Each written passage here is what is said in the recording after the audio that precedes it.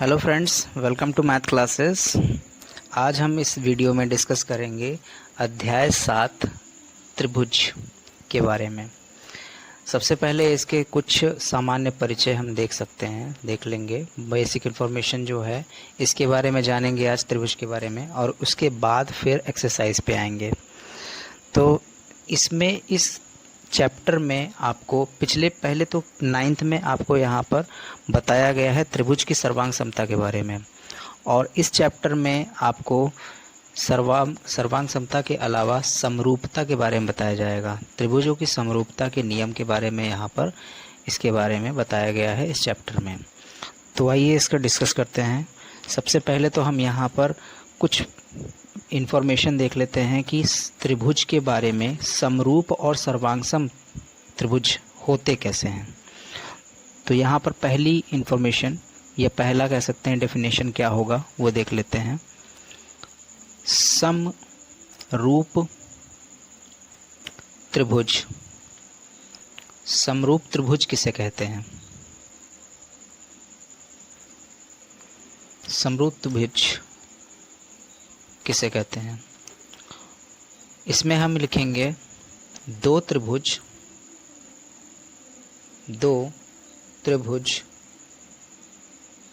समरूप त्रिभुज कहलाते हैं यदि समरूप त्रिभुज जो होंगे वो तभी होंगे जब उनके संगत कोण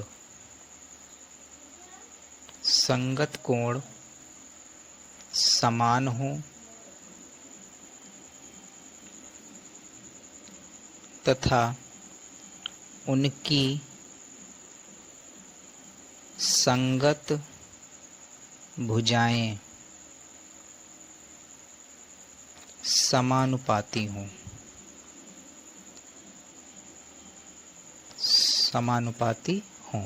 समरूप त्रिभुज वो होते हैं जिनके संगत कोण समान होते हैं और जिनकी संगत भुजाएं जो होती हैं वो समानुपाती होती हैं। अब इसमें कुछ परिणाम हैं, उसको ज़रा हम देख लेते हैं। सबसे पहले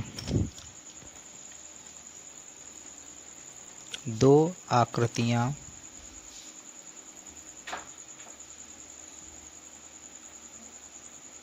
समरूप होती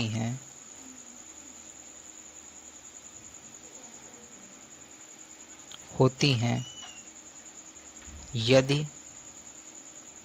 और केवल यदि उनके आकार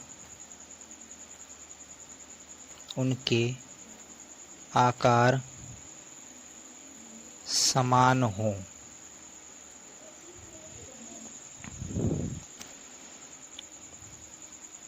दूसरा परिणाम हमारे पास निकलता है दो वर्ग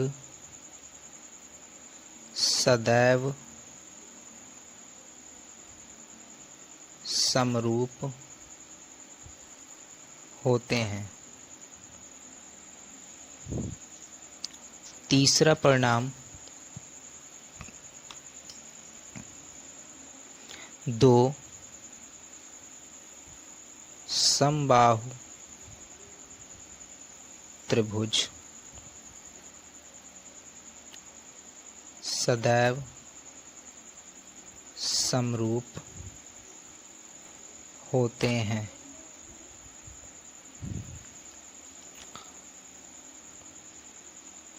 चौथा परिणाम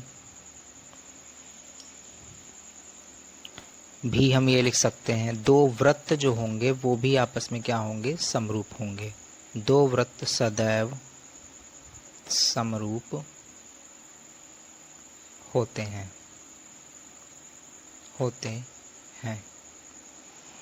अब इसमें आपको थोड़ा सा फिर से हम इसके बारे में समझा देते हैं।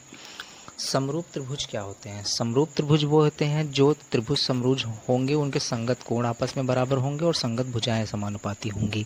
इसका मतलब ये हुआ कि अगर हमने कोई भी दो कोण बना लिए, कोई भी दो कोण हम कोई भी दो त्रिभुज बना लेते हैं, माफ़ कीजिएगा, तो कोई भी त्रिभुज हम यहाँ पे दो त्रिभुज बना लेते हैं। अब ये समरूप आपस में तभी होंगे, मान लीजिए यहाँ पर ए बी सी हमने एक त्रिभुज बना लिया और यहाँ पर हमने पी क्यू आर त्रिभुज बना लिया, तो यहाँ पर ए बी सी त्रिभुज पी क्यू आर के समरूप तभी होगा जब ए बी भुजा का अनुपात पी क्यू से, ए सी भुजा का अनुपात पी आर से और बी सी भुजा का अनुपात क्यू आर से बराबर होगा।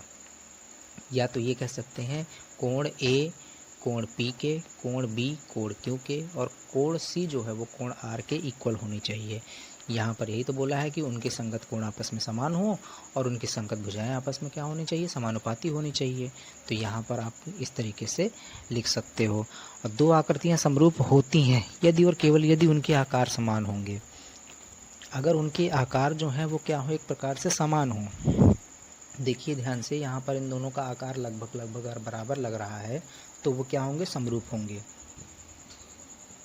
सर्वांग सम के केस में क्या हो जाता है? सर्वांग सम जो होता है उसमें पूरी आकृति ही क्या होनी चाहिए? एक दूसरे के बराबर होनी चाहिए।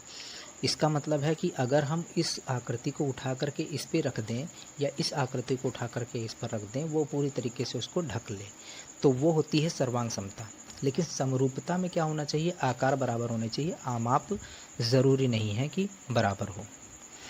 तो इसके बारे में आपको यहाँ पर हमने कुछ डेफिनेशंस बताई, उसके परिणाम में यहाँ पर कुछ परिणाम बताए हैं कि दो आकृतियाँ जो होती हैं वो समरूप तभी होंगी जब उनके आकार समान हो। दो वर्ग हमेशा क्या होते हैं? समरूप होते हैं। अब जैसे ध्यान से देखिए, एक वर्ग हमने छोटा सा ये बनाया और एक वर्ग हमने छोटा सा और बना दिया इसके बगल में। अब देखिए ध्यान से, ये भी वर्ग है, ये भी वर्ग है, ये दोनों आपस में क्या होंगे? समरूप ही तो होंगे। दो समबाहु त्रिभुज भी क्या होते हैं? समरूप होते हैं। समबाहु त्रिभुज अगर हमने बना दिया जिसमें ये साइड इक्वल है और थोड़ा सा बड़ा हमने बना दिया, थोड़ा सा बड़ा बना दिया, तो उसमें ये साइड तीनों इक्वल है, तो समबाहु त्रिभुज है। इसका मतलब यहाँ पर देखिए, ये 60 अंश का कोण, ये 60 अंश का कोण, ये 60 अंश का, ये 60 अंश, ये 60 अंश, ये 60 अंश, मतलब कोण आपस में संग क्या हो गया? बराबर। और भुजाओं का अनुपात क्या है? वो भी बराबर। तो उस केस में क्या हो जाएगा? ये समरूप होगा। दो वृत्त हमेशा क्या होते हैं? समरूप होते हैं। तो वृत्त की बात करें तो वृत्त भी क्या होते हैं? समरूप ही होते हैं। तो यहाँ पर इसकी त्रिज्या जो है और इसकी त्रिज्या जो है, इन त्रिज्याओं का अनुपात करेंगे तो वो एक प्रकार से बराबर ही होगा। तो यहाँ पर ये इसकी डेफिनेशंस के जो है कुछ हमने बता दिए हैं। यहाँ पर समरूप जो होते हैं वो क्या होते हैं?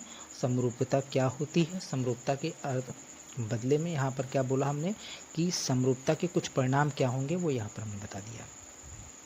अब इसका यूज़ जो है समरूपता के अर्थ में, यहाँ पर हम यूज़ कैसे करेंगे इसका? तो सबसे पहले आपको क्या करना पड़ेगा? इसके बारे में यहाँ पर देखना पड़ेगा अनुपात वाला पार्ट।